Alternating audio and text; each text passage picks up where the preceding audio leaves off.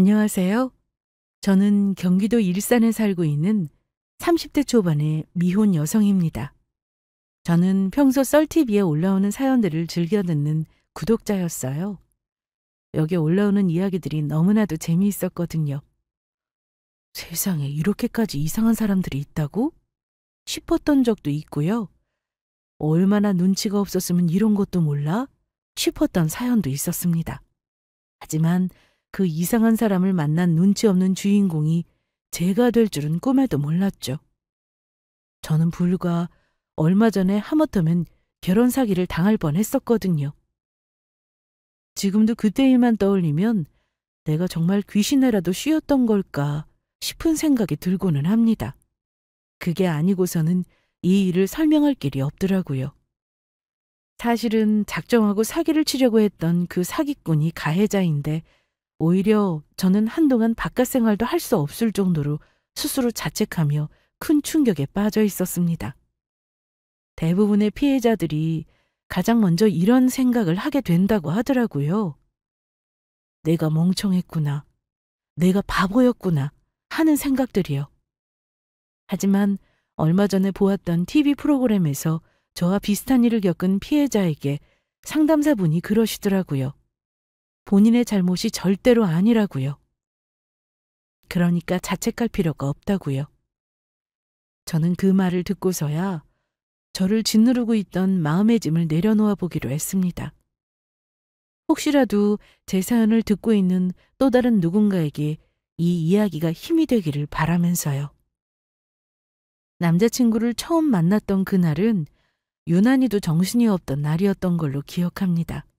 그날 저는 너무 바빴던 나머지 지갑을 잃어버렸었거든요. 저는 한 이벤트 마케팅 업체에서 행사 기획 보조로 일을 하고 있습니다. 그런데 사흘 전부터 갑자기 스케줄이 꼬이기 시작했죠. 원래 예정이 없던 돌발 상황이 자주 있는 게 이 업계의 일이긴 했지만 일정 변경과 세부사항 변경 그리고 제조율 문제가 동시에 일어난 건 처음이었거든요.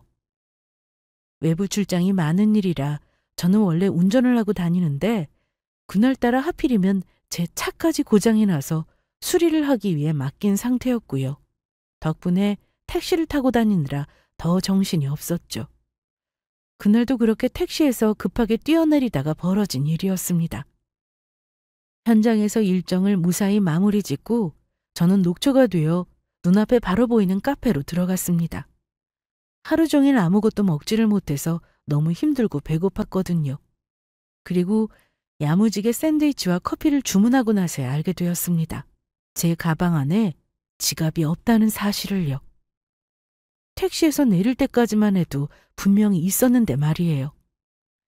지갑을 잃어버렸다는 걸 알게 되자 저는 너무나 당황했습니다. 요즘은 현금을 들고 다니는 사람들이 거의 없잖아요. 저 역시 마찬가지였죠. 다행히도 지갑 안에 돈은 급한 일을 대비해서 5만 원권 한 장만 넣고 다니고 있었어요.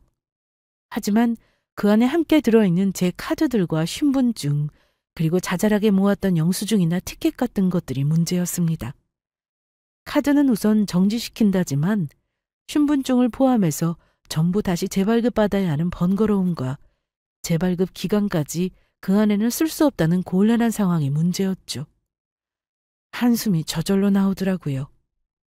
저는 일단 급한 대로 카드사에 연락을 해 모든 카드부터 정지를 시켰습니다. 다행히 그 사이에 누군가 카드를 긁지는 않았더라고요. 그 다음에는 상사에게 전화를 해서 사정을 설명하고 반차 신청을 냈습니다. 일단 급한 일은 다 마무리 지은 상태라 꼭 회사로 돌아가지 않아도 괜찮았거든요. 오늘이 다 지나기 전에 가능한 재발급 신청까지 마칠 생각이었죠. 마지막으로 지갑이 있을 법한 동선을 다시 한 번만 더 확인하고 나서요. 그리고 택시에서 내린 길까지 다시 되짚어 돌아가 보려던 순간이었습니다. 모르는 번호로 전화가 걸려오더라고요. 여보세요? 안녕하세요. 저 임세원 씨 핸드폰인가요? 네, 저 맞는데요. 실례지만 누구시죠?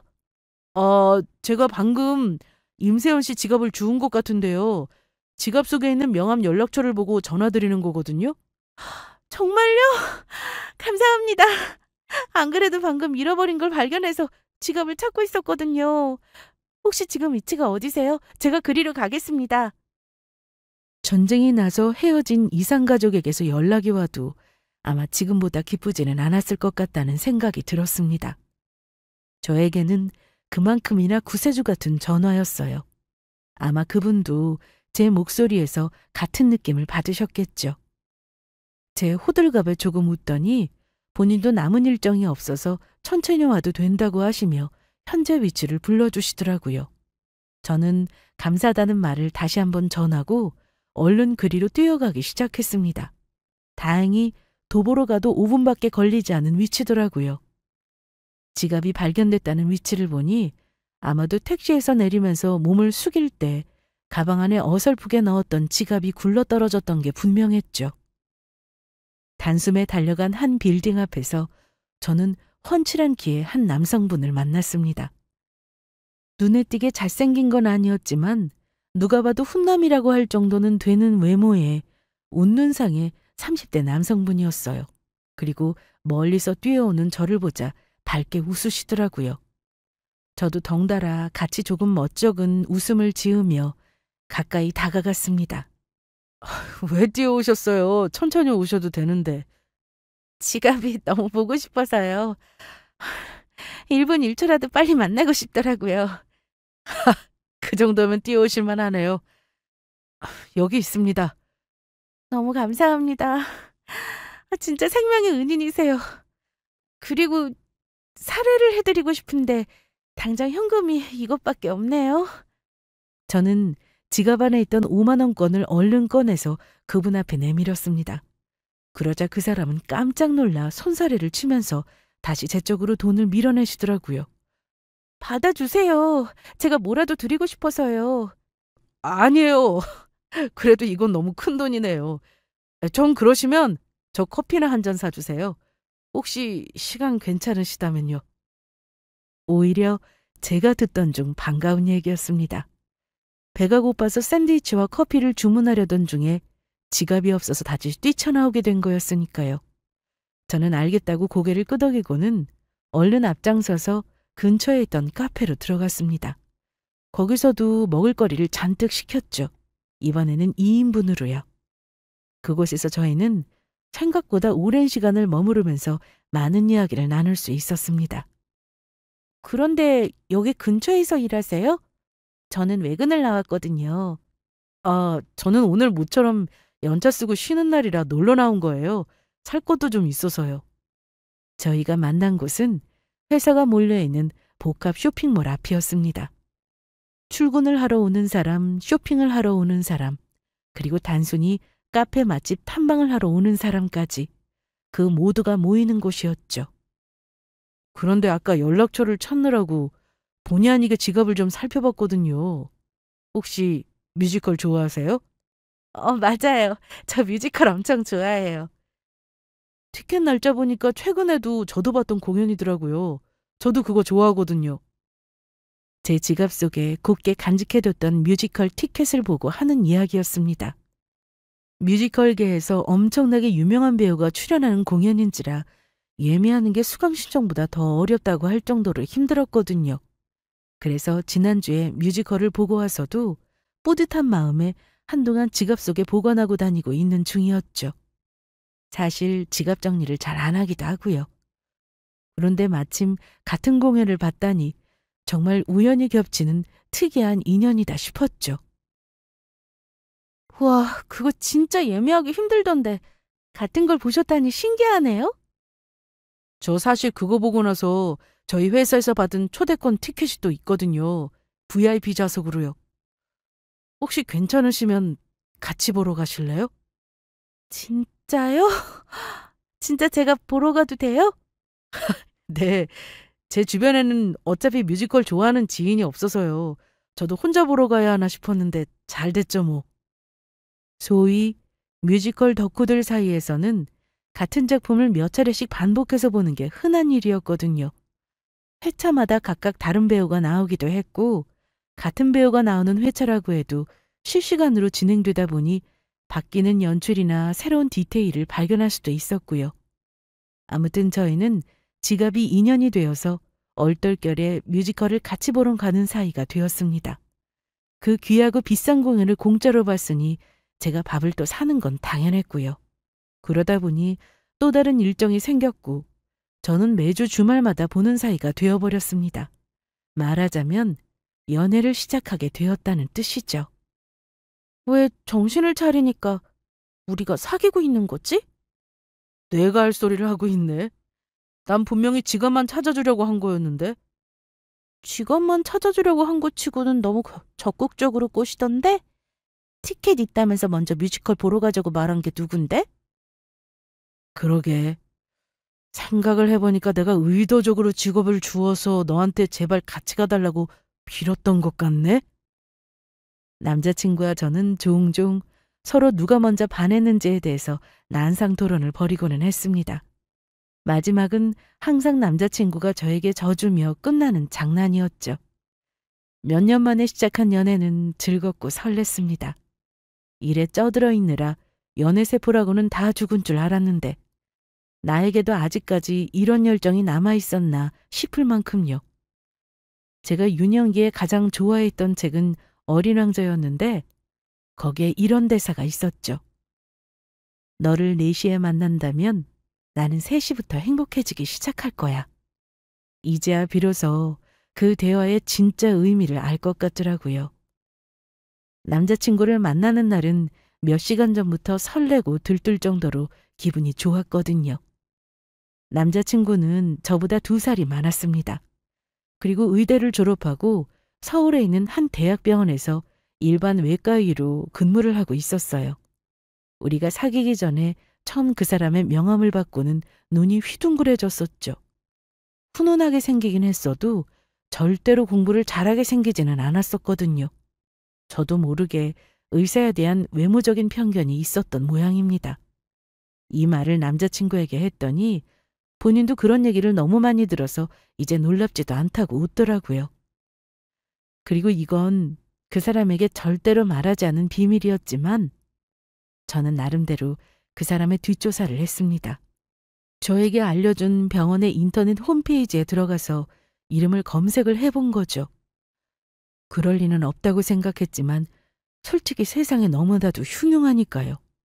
혹시나 이름이 없으면 어떻게 하지 걱정했던 마음도 곧 진정이 되었습니다. 다행히도 이름이 있더라고요. 남자친구는 레지던트 3년차로 수련 중이었습니다. 처음에는 수능을 망해서 다른 학교 공대에 들어갔다가 의대에 미련이 자꾸 남아 반삼수를 했었다고 하더라고요. 그래서 조금은 늦은 레지던스 생활을 아직도 하고 있었죠. 그런데 왜 하필 외과로 갔어? 수술이 많아서 힘들지 않아? 아무래도 외과가 기피과는 맞지. 그런데 나 성적이 안 좋아서 여기로 온 거 아니야. 나는 처음부터 사람 살리는 수술을 하고 싶었거든. 정말? 내 주변의 의사들은 다들 돈 되는 과에 가고 싶어 하던데. 그런 사람들도 있지 뭐. 그거야 각자 저마다 선택이니까. 나는 그냥 의대에 들어갔을 때부터 서전이 되는 것만이 목표였어. 다행히 수술도 적성에 잘 맞고. 처음 이 얘기를 들었을 때도 신기했던 것 같습니다. 겨우 20대 초중반, 그 어린 나이에 이렇게 기특한 생각을 했다는 게요. 대신 불편한 일도 많았습니다. 흔히들 아시는 것처럼 수술을 일단 시작하면 연락이 끊기는 게 당연했거든요. 불과 몇십 초 전까지만 해도 연락을 하고 있었는데 갑자기 메시지 답장이 뚝 끊기는 일도 허다했어요. 그러고는 갑자기 응급수술이 생겨서 들어갔다 왔다며 반나절 후에 연락이 오는 일도 다반사였습니다. 수술방 안에서는 핸드폰을 쓸 수가 없으니까요. 하지만 불편한 마음보다는 오히려 안쓰러운 마음이 더 컸습니다.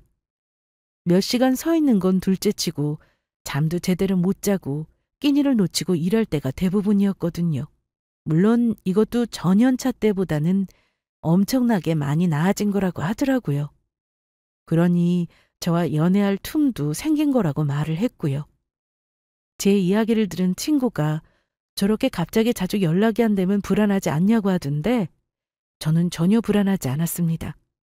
갑자기 연락이 안 돼도 그러려니, 나중에 수술방에 있었다고 연락이 와도 그러려니 했습니다. 어디까지나 일이니까요. 원래도 제가 연애를 할 때 연락에 딱히 집착하지 않는 성격이기도 했습니다. 그리고 저런 일이 아니라도 바람을 피울 인간이었다면 애초에 바람을 피웠을 거라고 생각했고요. 하지만 정작 남자친구 본인의 생각은 조금 달랐는지 저에게 이런 말들을 자주 하더라고요. 엊그제 저녁에 우리 동기 단톡방에 아주 난리가 났었잖아. 왜? 무슨 일 있었어? 내 대학 동기이기도 한데 지금 우리 병원에 성형외과에서 레지던트 하고 있는 애가 하나 있거든? 민욱이라고? 저번에 들어본 이름인 것 같아. 그 사람이 왜? 바람을 피웠는데 한두 명도 아니고 오다리를 걸쳤다고 하더라고. 나중에 여자친구들이 전부 다 알게 돼서 병원 앞에서 뺨까지 맞고 난리 났었어. 그중에 결혼할 여자도 있었다던데. 남자친구는 평소에 가끔씩 본인 동기들이 바람을 피운 이런 일화들을 이야기해주고는 했습니다. 이건 뭐 사람인지 짐승인지.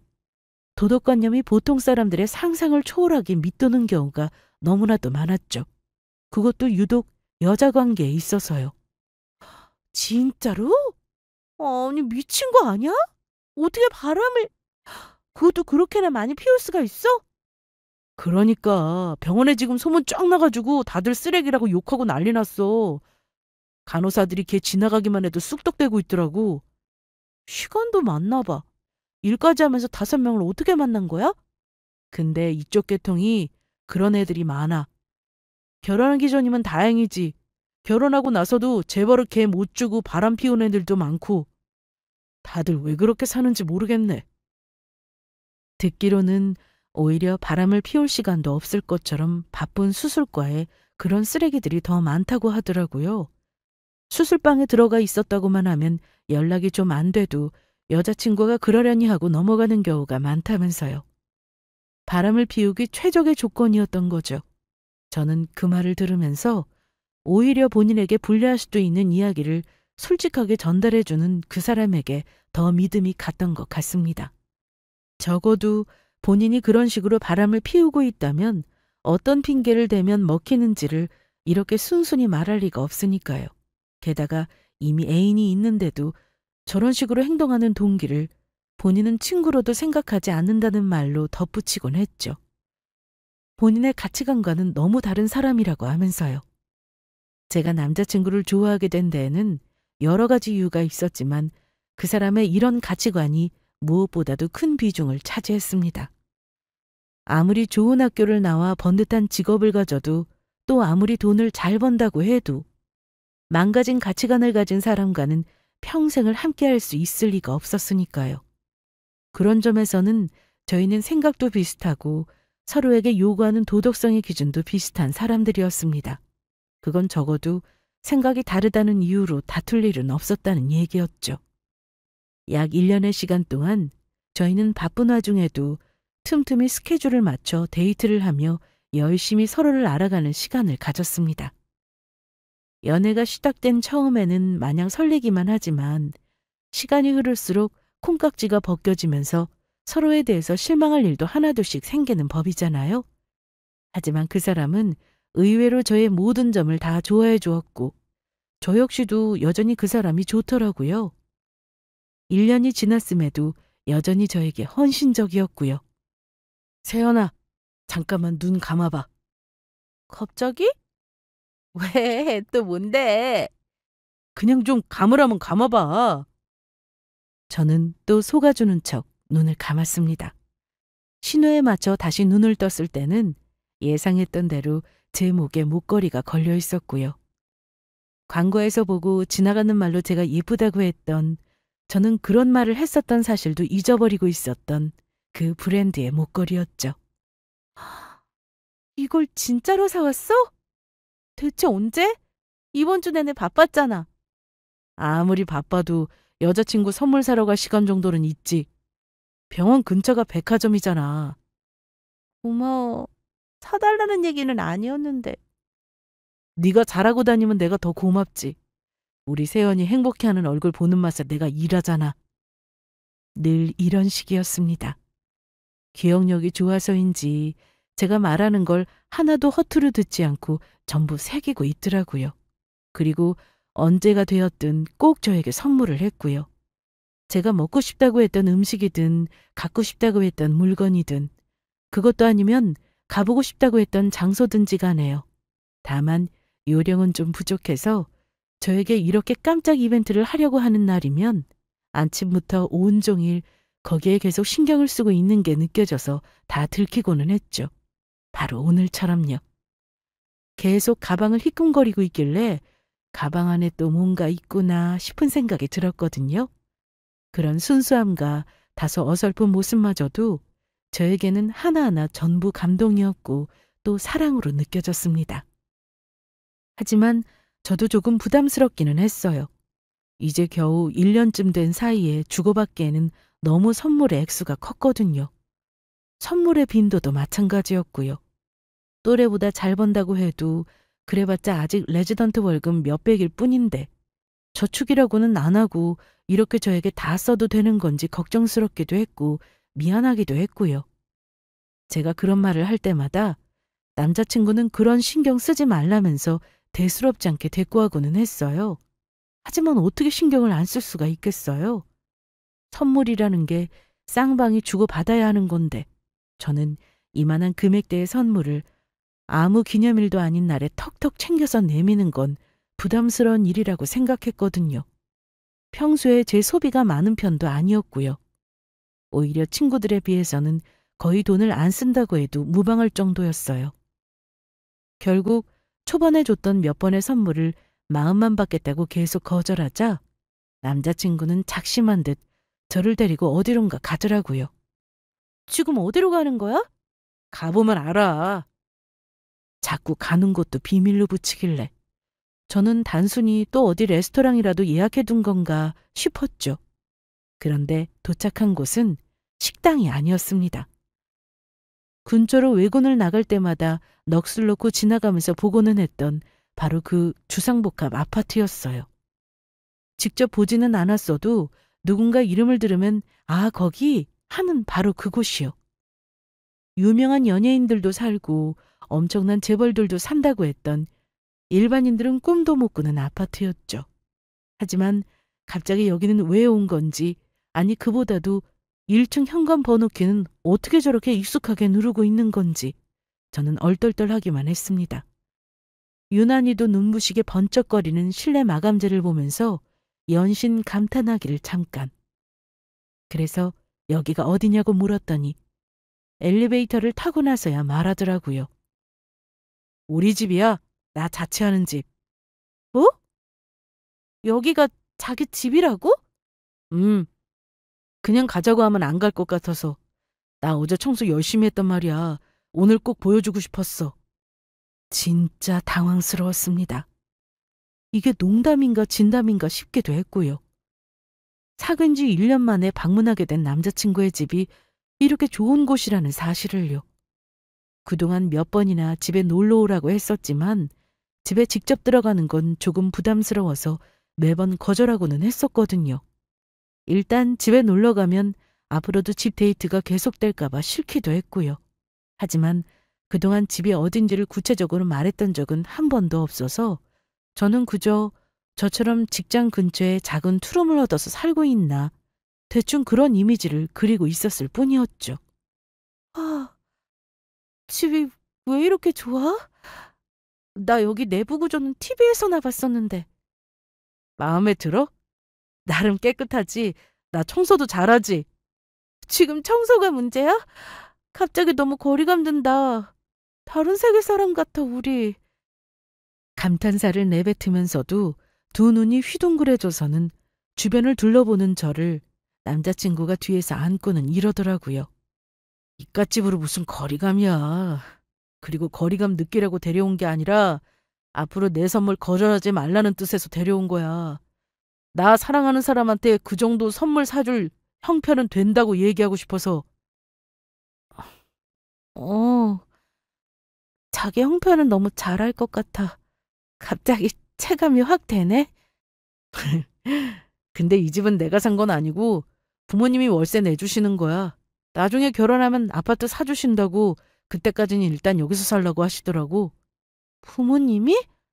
와, 여기 월세도 장난 아닐 것 같은데 진짜 부모님께 감사해야겠다, 자기는. 남자친구의 부모님은 사업을 하고 계시다고 했습니다. 자세하게 들은 건 많이 없었지만 고급 인테리어 자재 수입과 관련한 사업이라고 들었죠. 해외에서 대리석이나 고급 패브릭, 타일, 조명기구 같은 자재를 들여오는 일이라 1년 중 절반 넘는 시간을 주로 한국 밖에서 생활하신다고 들었어요.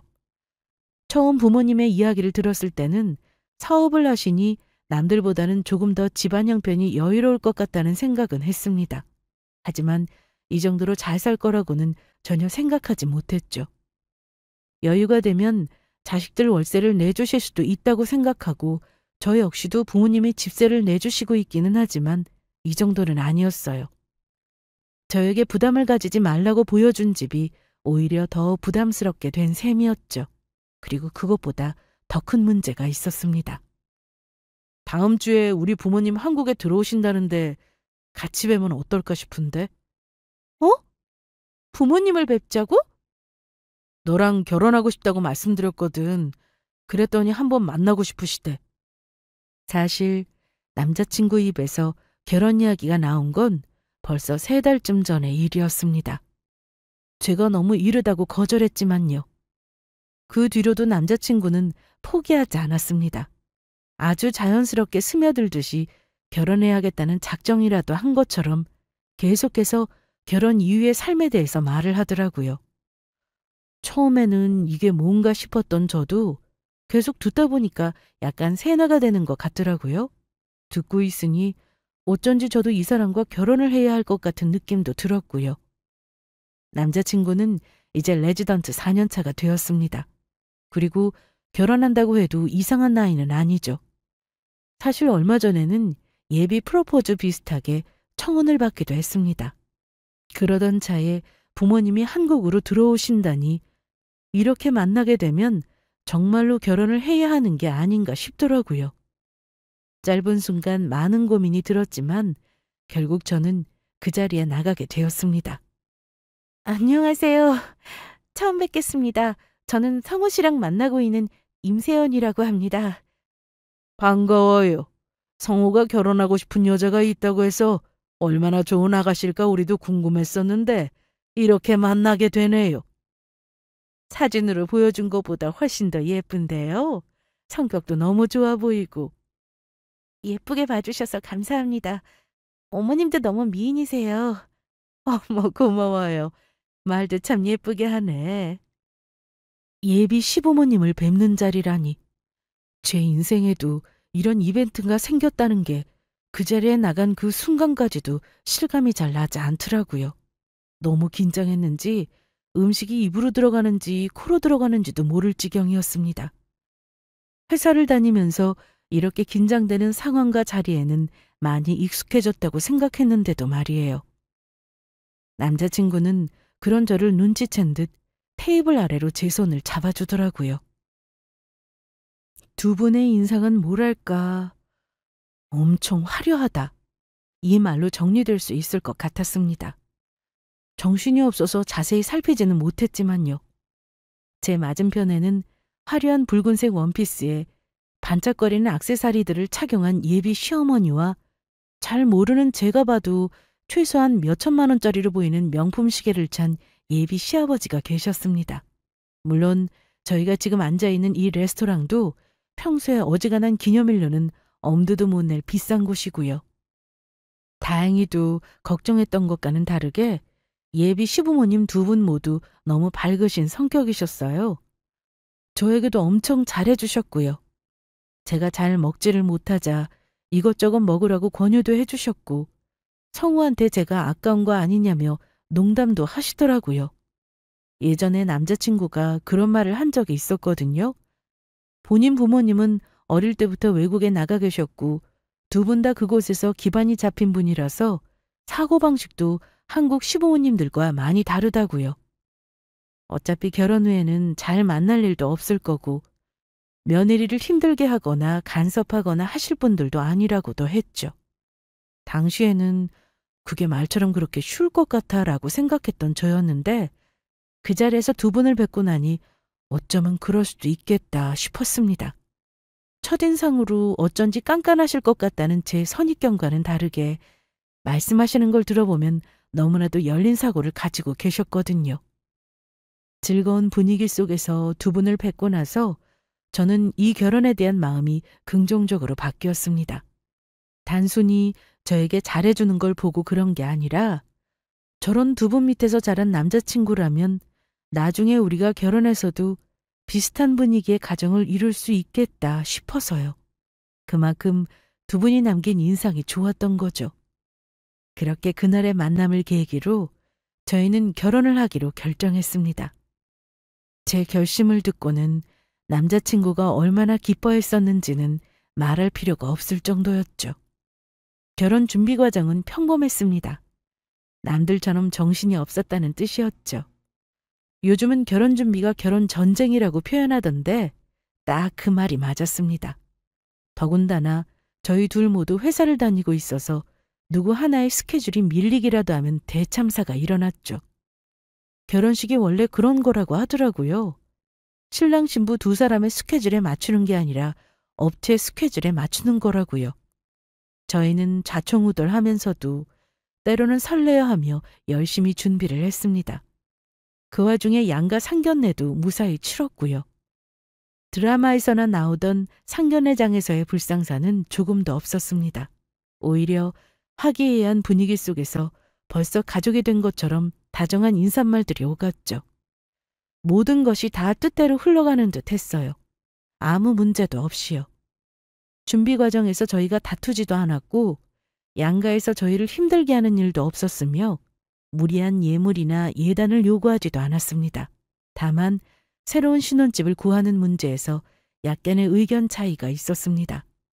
저는 남들처럼 신혼집을 매매나 전세로 구하는 게 좋을 것 같다고 말했거든요. 하지만 남자친구 쪽에서는 당분간 지금처럼 월세를 살면서 어느 정도 돈을 모은 후에 매매를 하자고 하더라고요. 예전에 시부모님도 당장 큰 돈을 묶어놓을 수가 없어서 월세를 내주시는 거라고 했거든요. 사업하는 사람들은 집에 돈을 묶어두는 것보다 현금을 확보하는 게 더 낫다고 해서요. 그리고 남자친구 역시도 나중에 혹시 모를 개원을 대비해서 대출은 최소한으로 받고 싶다고 했고요. 결국 그것 때문에 자꾸 의견 차이가 생기자 전셋집은 저희 부모님이 해주기로 하셨어요. 부모님이 다행히도 그럴 여유가 되시기도 했지만 일단 먼저 보태주실 테니 나중에 저희가 충분히 돈을 모으거든 갚으라고 하시면서요. 그것도 말이 갚으라는 거지 사실 그냥 주신 거나 다름없었죠. 나중에야 어떻게 되든 일단 주시는 도움은 감사하게 받자 싶었습니다.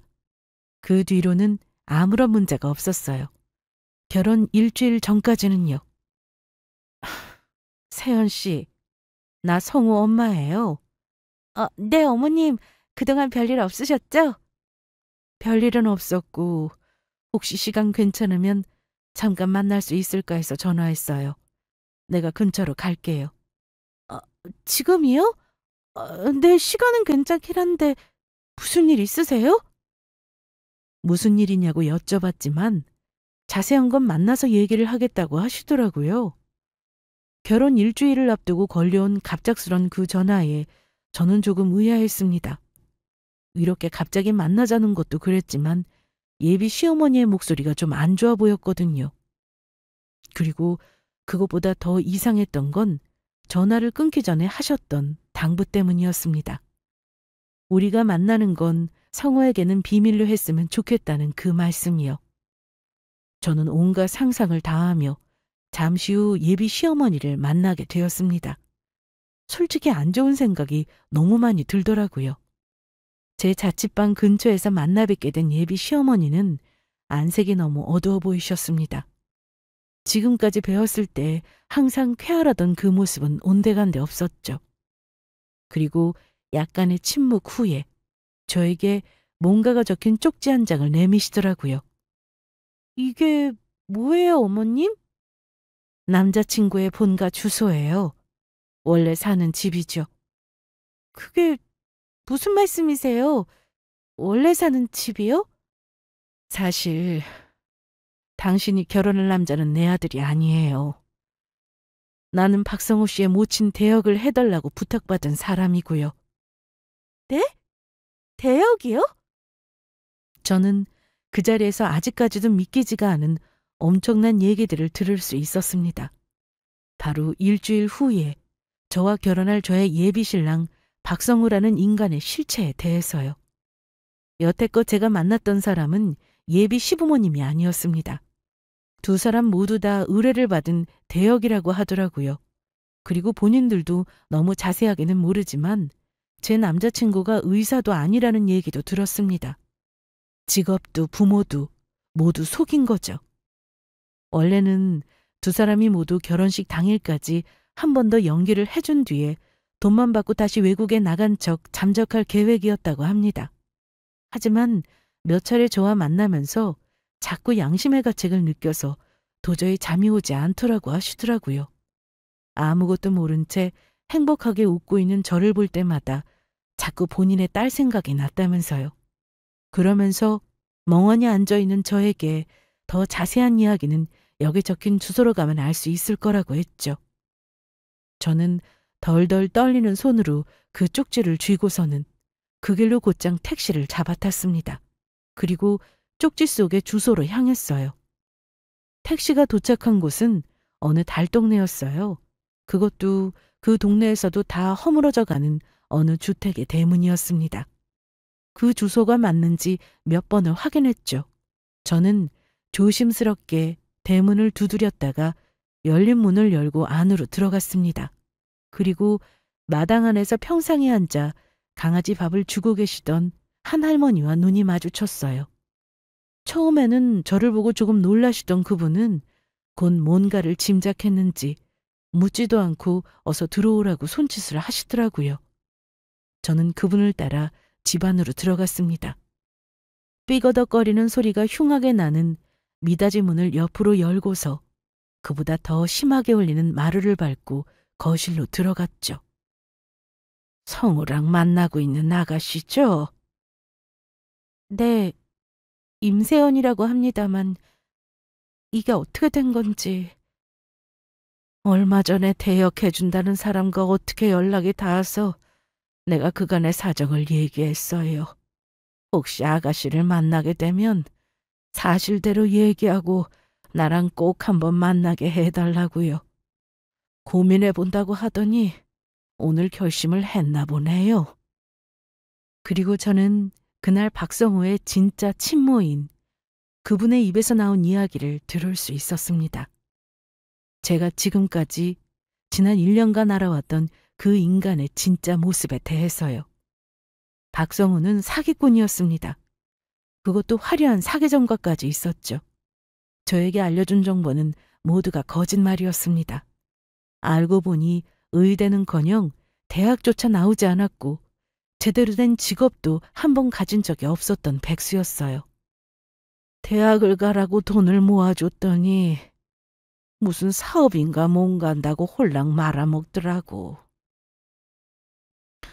그 뒤로 기술이라도 배우라고 시장에서 장사를 해서 번 돈을 또 모아줬는데 그것도 딴 데다가 속아서 말아먹었다고 했어요.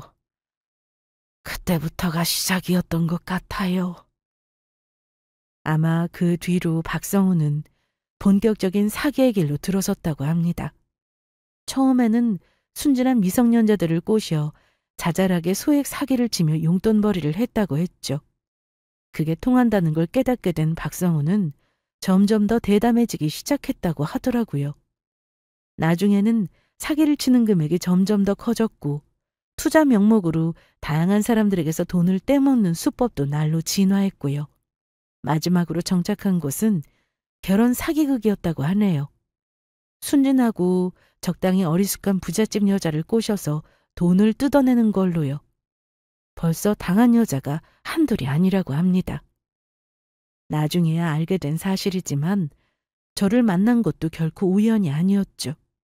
지갑은 우연히 주었을지 모르지만 저에게 접근한 건 우연이 아니었어요.